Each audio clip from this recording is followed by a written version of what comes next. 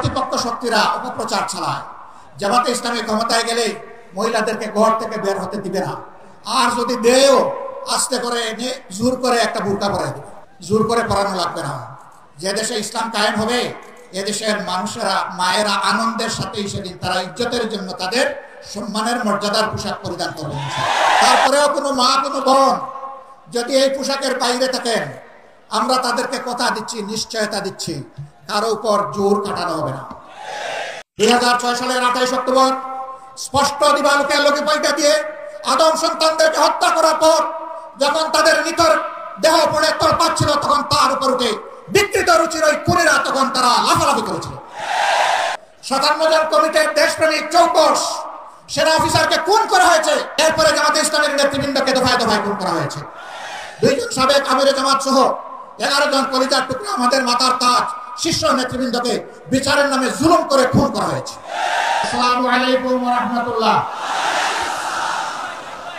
আলহামদুলিল্লাহি রাব্বিল আলামিন ওয়াসসালাতু ওয়াসসালামু আলা রাসূলিল কারীম ওয়া আলা আলিহি ওয়া সাহবিহি ওয়া আহলি বাইতি আজমাইন। বাংলাদেশ জামাত ইসলামী শহীদানের মার্কাজ ঐতিহ্যবাহী সাতক্ষীরা জেলা শাখা আয়োজিত আজকের এই কর্মী সম্মেলনের সম্মানিত সভাপতি, সম্মানিত জেলা আমির, উপস্থিত বিশেষ অতিথিবৃন্দ, বাংলাদেশ জামাতে ইসলামীর নির্বাহী পরিষদের অন্যতম সদস্য, সাতক্ষীরা মাটি ও মানুষের প্রিয়জন জনাব অধ্যক্ষ ইজ্জতুল্লাহ, অন্যতম সদস্য নির্বাহী পরিষদের জনাব মোবারক হোসাইন,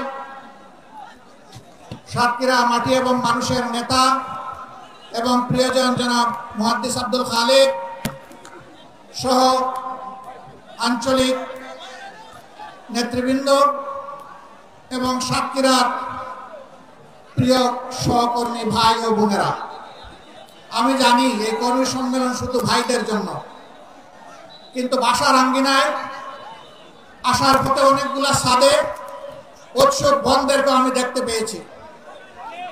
আজকে তাদেরকে আমরা মাহরুম করেছি বলে দুঃখিত। আগামীতে তাদের জন্য কোনো আয়োজন করা হবে বলে আমি প্রত্যাশা রাখি ইনশাআল্লাহ। আপনারা সবাই কেমন আছেন? আল্লাহ রাব্বুল আলামিন ইজ্জতের সাথে আপনাদেরকে ভালো রাখুন। এই মাটিকে আমরা খুব ভালোবাসি। কোরআনের পক্ষে কথা বলতে গিয়ে, আল্লাহর দ্বীনের পক্ষে কথা বলতে গিয়ে, মুসলিম নেতৃবৃন্দের পক্ষে কথা বলতে গিয়ে বাংলাদেশের কোন জেলা এত বেশি জীবন এবং রক্ত উপহার দেয়নি। এই জন্য সাতক্ষীরার অবস্থান বাংলাদেশ জামাতে ইসলামের কাছে অনন্য উচ্চতায়। আল্লাহ তাআলার দরবারে দোয়া করি, আল্লাহ তাআলা ক্রমাগত ভাবে যেন এই জেলার মর্যাদা বৃদ্ধি করে দেন। সম্মানিত ভাই ও বোনেরা, বাংলাদেশ আমাদের প্রিয় জন্মভূমি। আল্লাহ তাআলার বড়ই মেহেরবানি, দুনিয়ার খুব কম জায়গায় এরকম সুজলা সুফলা শ্যামল দেশ মানুষ পেয়ে থাকে। আমরা এমন একটি দেশ পেয়েছি, মাটির উপরে অফুরন্ত সম্পদ, মাটির গর্ভে অফুরন্ত সম্পদ, সমুদ্রের গর্ভে অফুরন্ত সম্পদ। আমাদের এই সম্পদগুলো জনগণের উপকারে আসছে না। যারা জনগণের ত্রাতা হয়ে, কর্তা হয়ে বিভিন্ন সময় দেশ শাসন করেছেন, জনগণের সম্পদ সুকৌশলে চুরি করে তারা তাদের পকেটে ঢুকিয়েছে। এই জন্য বাংলাদেশের জনগণ তাদের প্রাপ্য হিস্সা পায়নি, সুষম উন্নয়ন হয়নি। 15 সালের দিকে কোনো এক রমজানে আমি ঈদ উদযাপন করতে এসেছিলাম এই জেলার শহীদ পরিবারগুলোর সাথে। সকাল 9:30 থেকে অথবা সকাল 10টা থেকে রাত 9:30 পর্যন্ত আমি এই জেলার ভাঙ্গাচোরা খানা খন্দকে ভর্তি রাস্তাগুলা দিয়ে গাড়ি ফেলে আমি এবং আমার সঙ্গী 2টা মোটরসাইকেলে চড়ে সারা জেলা ঘোরার চেষ্টা করেছি। আমি লোকদেরকে জিজ্ঞেস করেছিলাম, আমরা শুনে থাকি উন্নয়নের জোয়ারে দেশ ভাসছে, সেই জোয়ারের সামান্য ছিটাফোঁটা পানি কি এখানে আসে না? বলে যে না, আসে না। কেন আসে না? বলে বর্তমান শাসক গোষ্ঠী সাতক্ষীরাকে বাংলাদেশের অংশ মনে করে না। সাতক্ষীরার উপর তারা জুলুম করেছে, সাতক্ষীরার জনগণের অধিকার দেয়নি, করেছে, পঙ্গু বানিয়েছে, ইজ্জতের উপর হাত দিয়েছে, সম্পদ লুণ্ঠন করেছে এবং মানুষকে কার্যত তারা তাদের দাসে পরিণত করেছে। কম বেশি এই চিত্র ছিল বাংলাদেশের। সবচেয়ে খারাপ অবস্থা ছিল সাতক্ষীরা। আমরা মহান আল্লাহর দরবারে দোয়া করি, শুধু আল্লাহর দ্বীনের পক্ষ নেওয়ার কারণে যদি এই জেলার এই অবস্থা হয়, আল্লাহ তুমি দুনিয়া এবং আখিরাতে এই জেলার মর্যাদা তুমি বাড়ায় দাও। প্রিয় সহকর্মী বৃন্দ, বাংলাদেশ জামাতে ইসলামী আল্লাহ এবং জনগণের কাছে প্রতিশ্রুতিবদ্ধ যে এই জমিনে আমরা ইনসাফ কায়েম করতে চাই, আমরা দুর্নীতিমুক্ত একটি বাংলাদেশ গড়তে চাই, আমরা সুষম উন্নয়ন মানুষকে উপহার দিতে চাই। আমার জেলায় প্রধানমন্ত্রী আছে, তাই সব কিছু এইদিকে জোয়ারের পানিতে চলে আসবে, এই বাংলাদেশ আমরা দেখতে চাই না। আমরা এমন একটি বাংলাদেশ দেখতে চাই, কেউ চাইলেও তার অধিকার পাবে, না চাইলেও তার অধিকার পাবে। আমরা এমন একটি বাংলাদেশ দেখতে চাই যে দেশে লক্ষ বেকার যুবকের মিছিল হবে না, বরঞ্চ আমাদের যুবকেরা আমাদের সম্পদে পরিণত হবে। তাদের হাতে মূল্যহীন এক টুকরা সার্টিফিকেট ধরিয়ে দেওয়া হবে না, বরঞ্চ শিক্ষা সমাপনের সাথে সাথে তাদের হাতে কাজ তুলে দেওয়া হবে। এমন শিক্ষা চাই আর এমন শিক্ষিত জাতি চাই। তবে এই শিক্ষা অবশ্যই নৈতিক এবং দুনিয়াবী বা জাগতিক শিক্ষার সমন্বয় হতে হবে। মানুষ যাতে মানুষ হয়, শিক্ষা নিয়ে মানুষ যাতে ডাকাত না হয়, আমরা সেই শিক্ষাটি চাই। আমরা এমন একটি দেশ চাই, যে দেশে আমাদের মা বোনেরা নিঃসংকোচে যেমন ঘরে সুরক্ষিত থাকবেন, কর্মস্থলেও সুরক্ষা পাবেন, রাস্তাঘাটেও সুরক্ষা পাবেন। তাদের দিকে কোন খারাপ লোক চোখ তুলে তাকানোর কসরত পাবে না। তারা ইজ্জতের সাথে, মর্যাদার সাথে, তাদের দক্ষতা দিয়ে দেশের উন্নয়নে তারাও ভূমিকা রাখবে। নবী করিম সাল্লাল্লাহু আলাইহি ওয়াসাল্লাম মানব জীবনের সবচেয়ে ঝুঁকিপূর্ণ কাজেও মহিলাদেরকে শরীক করেছেন। সেই কাজটি হচ্ছে যুদ্ধ। যুদ্ধে মারা পুরুষের পাশে থেকে তারাও যুদ্ধ করেছে। বিশেষ করে বদর যুদ্ধের কঠিন দিনে আমি প্রায় এই উদাহরণটা দিয়ে থাকি। যখন কাফেররা আল্লাহ রসুলের খুব কাছাকাছি চলে এসেছিল তাকে হত্যা করার জন্য, যখন পুরুষ যোদ্ধারা দিক বিদিক কিছুটা জ্ঞান হারিয়ে ফেলেছিলেন, তখন একজন মা চতুর্দিকে ঘুরে ঘুরে আল্লাহ রসুলকে বেষ্টনে দিয়ে রেখেছিলেন।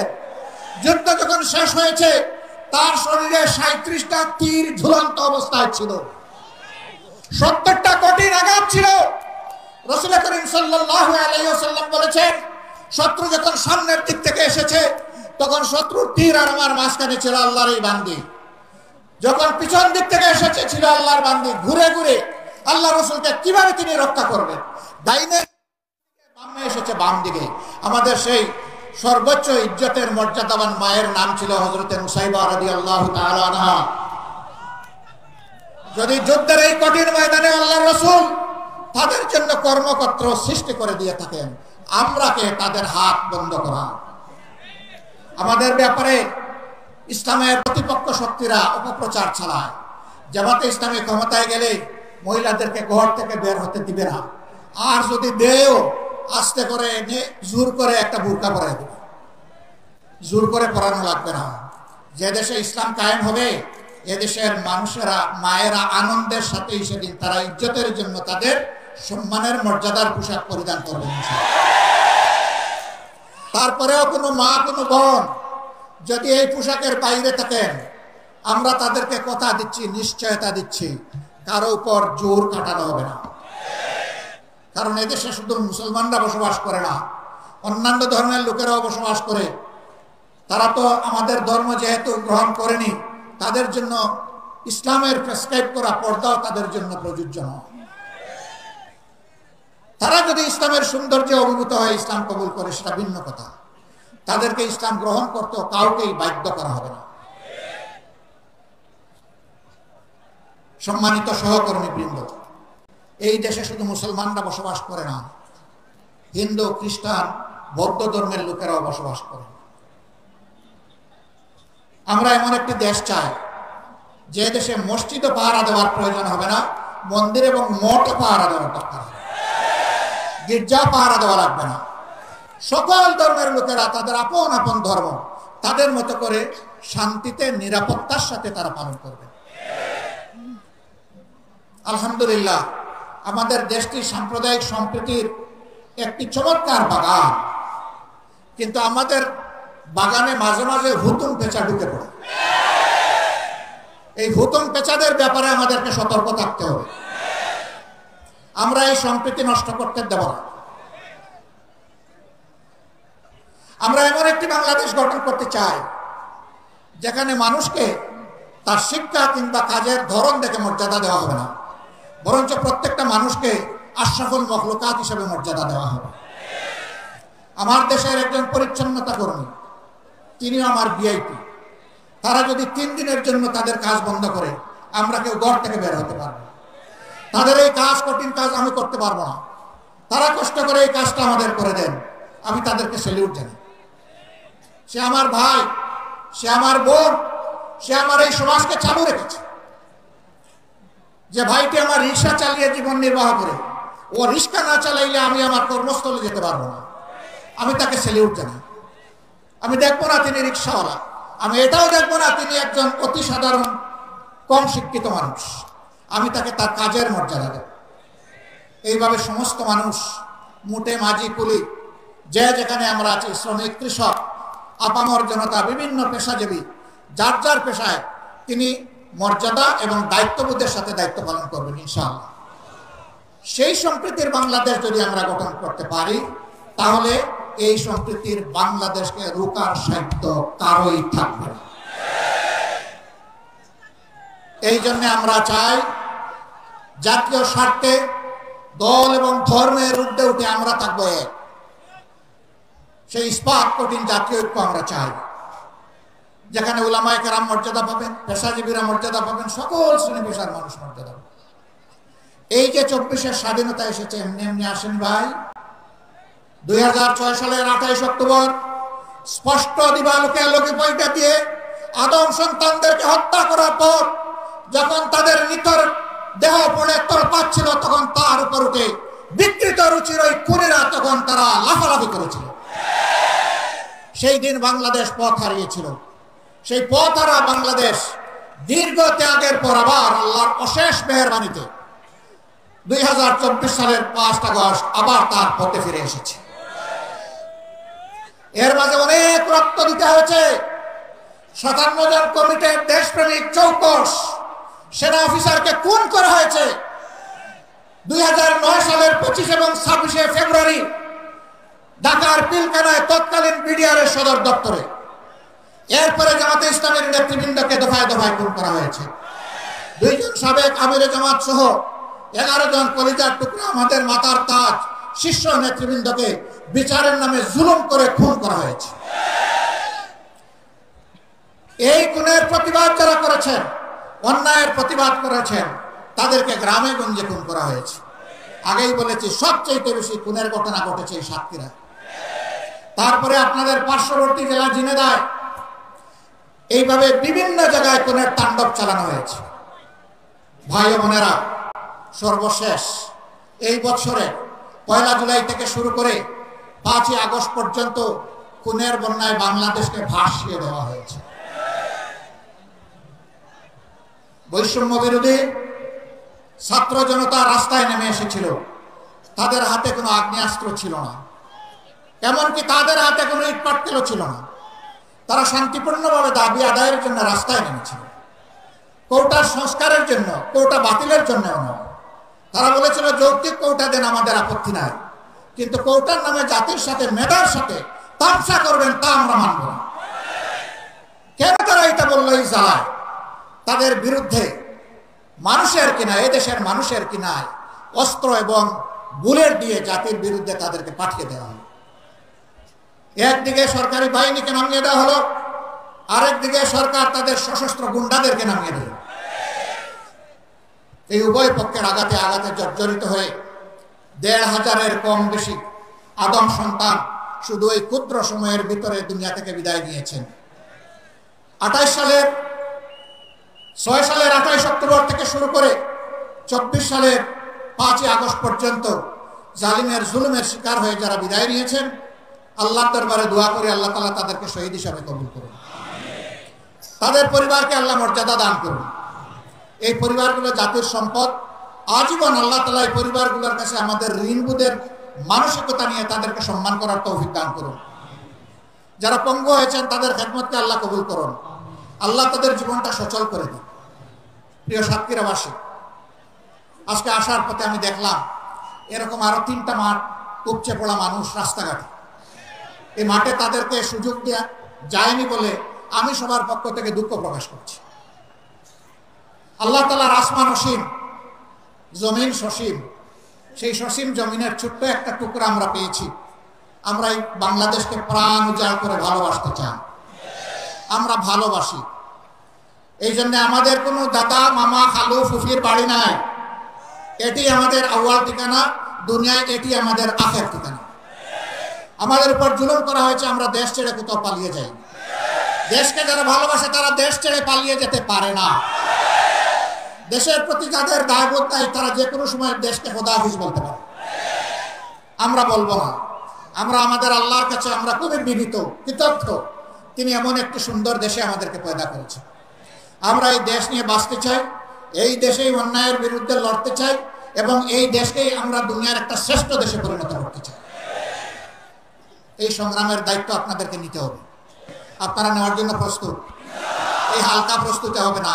আওয়াজ দেন, আপনারা প্রস্তুত? আলহামদুলিল্লাহ, আল্লাহ কবুল করুন। আজকে সারা বাংলাদেশ থেকে গর্জন উঠেছে সিংহের আওয়াজে। আমরা জীবন দিব, কিন্তু আমার দেশের ১ ইঞ্চি মাটি কোনো হায়নাকে দেব না। আল্লাহ তাআলা আমাদেরকে এই শক্তি দান করুন।